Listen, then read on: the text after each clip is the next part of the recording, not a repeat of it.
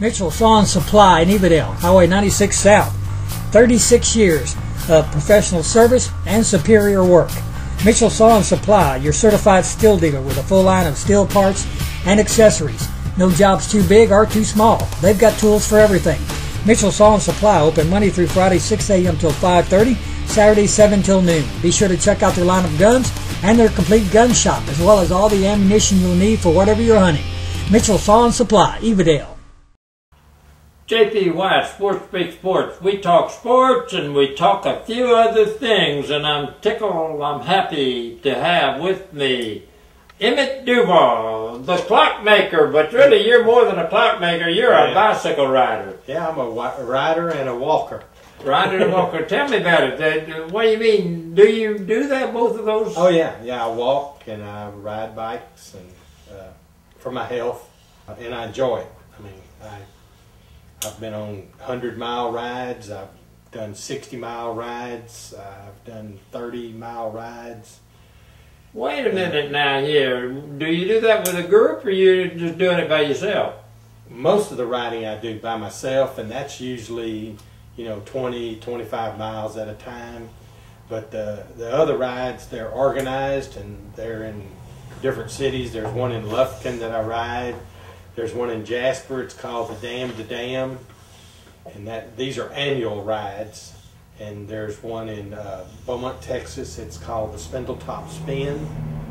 And where do they ride? Around town or what? Oh, they plot out a course, and you just choose the one, the one that you want to ride. If you want to do the 100-miler, they call it the Century. Yes. Okay. So you just fill out the paper and check the ride that you want to ride and pay your registration fee, and then when they shoot the gun, you take off. It's a big group. They try to have a winner? Well, it's not a competition. You go at your own pace. It's for a worthy cause. The one in Beaumont is there's an attorney, Mulvaney, and it's some type of I really don't know where the money goes, but it's for a worthy cause. I think a scholarship or something that they formed. Well, when you rode from Jasper, where do you ride? Well, they call that the Dam to Dam, and what you do, you leave the Jasper Courthouse, you ride up 190 to Dam B, and then you go back and follow the route, and you end up at Sam Rayburn, and then you come back to the courthouse, and it's over. But that's the 100-mile one. And there's two different days? No, it's one day. You do it in one day. Oh, how long did it take you to do that? I don't know. I did the 100-miler one time, and it took me probably 6 or 7 hours. And the one in Lufkin that I did, it was a nasty cold day, and it took me about 8 hours to do that one. We did ride from it too.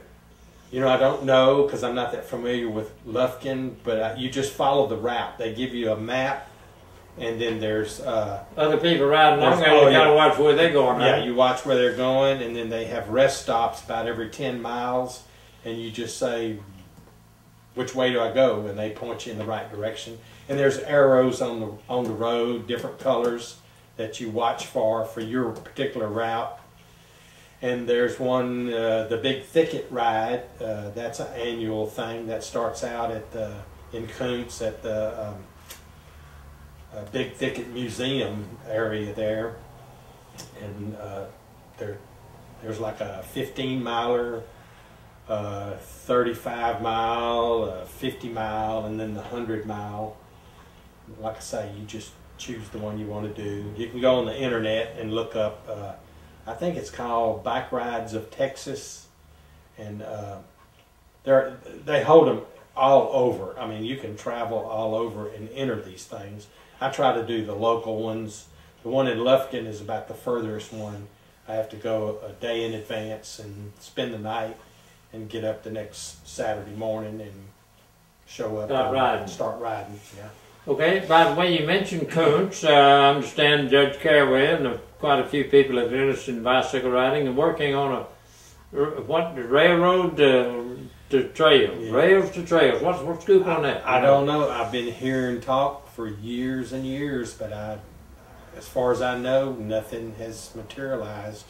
It would be nice to have a place dedicated for people that wanted to walk or bike ride. You know, short rides, or I ride long distances. You know, I'll leave my house like 3 o'clock, 3:30, and I head up to the county line towards Fred, and then I'll turn around and come back, and that's... Does Fred live up there somewhere? What'd you say? Fred, Texas. Oh, Fred, Texas. I thought you were talking about one of our buddies, Fred. No, this Fred, Texas. Right there at the county line. Oh, okay. You know, where the... Yeah. There's a liquor store, grocery store right there at the county line. I turn around and come back. I live right off of 1122, so it's about 21 miles by the time I get through. Yeah. 10 miles up, 10 miles back.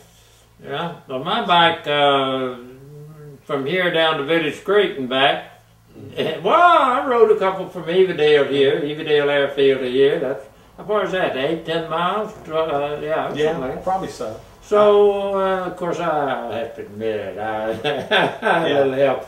Electric bike, gasoline bike, so much for that. Yeah, I pedal, and you know, I've ridden from my house to Jasper and back, and then I've ridden from my house to Woodville.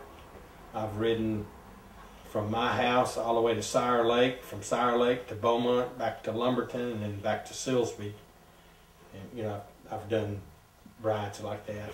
Tell me about what kind of bicycle are you riding when you do that? Well, it's called a road bike, and mine is a Trek Madone.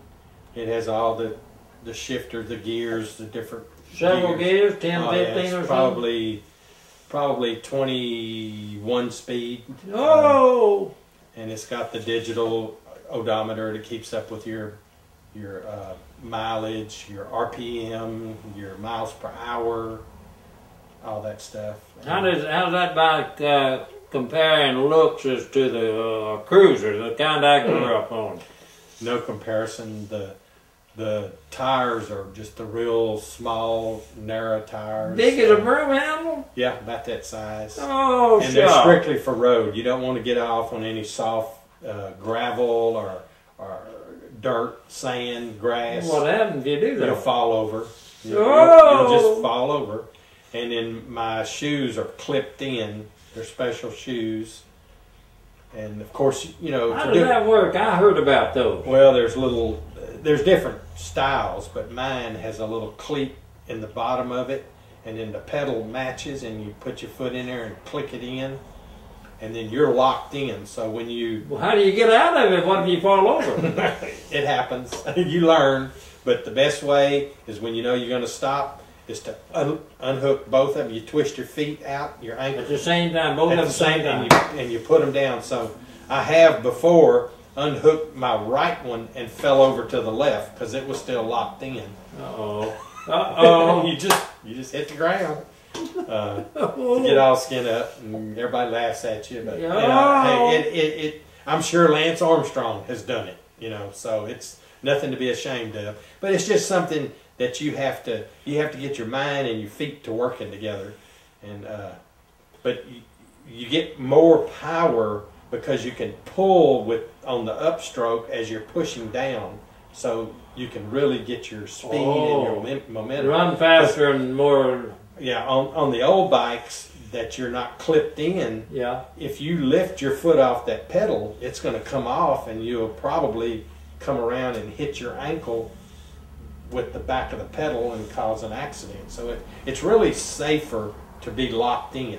It's kind of like, I equate it with wearing your seatbelt. There's just more secure. You're fixed to the bike. And then when you need to stop, you know, at a stop sign or a red light or just to stop for a break, the best way is, for me, is to unhook both of them. That way, if you tilt to the left, your left foot's going to go down. If you tilt to the right, your right foot's going to go down. Oh, that's right. I see. Like when that foot was still hooked, you said about falling over to the left. Now, you couldn't put your foot down. You just had to go down. Huh? And it's a funny feeling, you know, to just, and then you're on the ground. By the way, we are on the southern tier, they call it, route of bicycle trails all the way across the United States, right? Yeah. Where does that start at? Somewhere out west? I've talked to some of those riders, and they, the ones I've talked to, they start out in San Diego, and then they end up in San Augustine, Florida. Now, there's different routes. You can look on the internet, and you can.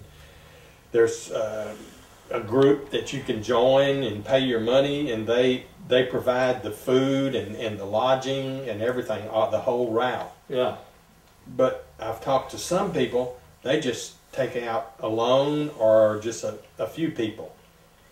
So you can go different ways. Yeah. I always wanted to just take off one day and ride till I couldn't ride anymore, and of course have my wife following me, and just pull into a hotel, sleep the night, rest up, get up the next day, and just keep going till, just see how far I could go. There you go. By the way, since we confirmed that we're on that route in Silsbee, and we hope someday that Silsbee might become bicycle friendly, don't we? Yeah. Oh yes. Well, didn't we talk about doing a bike ride one evening? The president of the Big Thicket Wheels right here, Brian Watson, told me that they're thinking about doing a ride. I'd be interested in doing that. That would be fun with a group of people at night. Yeah. You think I can sneak in there with my electric bike and they wouldn't know the difference? I wouldn't say nothing. Okay. I wouldn't say nothing. Are you just don't ride next to me. Just kind of stay back from me. Yeah, there you go. JP White, SportsSpeak Sports. We talk sports, we talk a few other things. We're having a good time, and we've had some mighty fine people through here. And Emmett, you've given us a good ride about the rides of bicycles, and I appreciate you, and thanks a million for coming by. Thank you, JP. JP White, SportsSpeak Sports. See you the next time. SportsSpeak Golf Cars and Motorbikes. Highway 327 West in Silsbee has this sophisticated, street-legal Tony Lamborghini golf cart, 6-seaters, 4-seaters, customized trailers, the free electric bikes, manual pedal bikes, and a motorized Velo Solex, tires, wheels, trolleys, and accessories for Club Car and E-Z-Go. SportsSpeak Golf Cars and Motorbikes, Highway 327 West in Silsbee. Call them at 385-3838.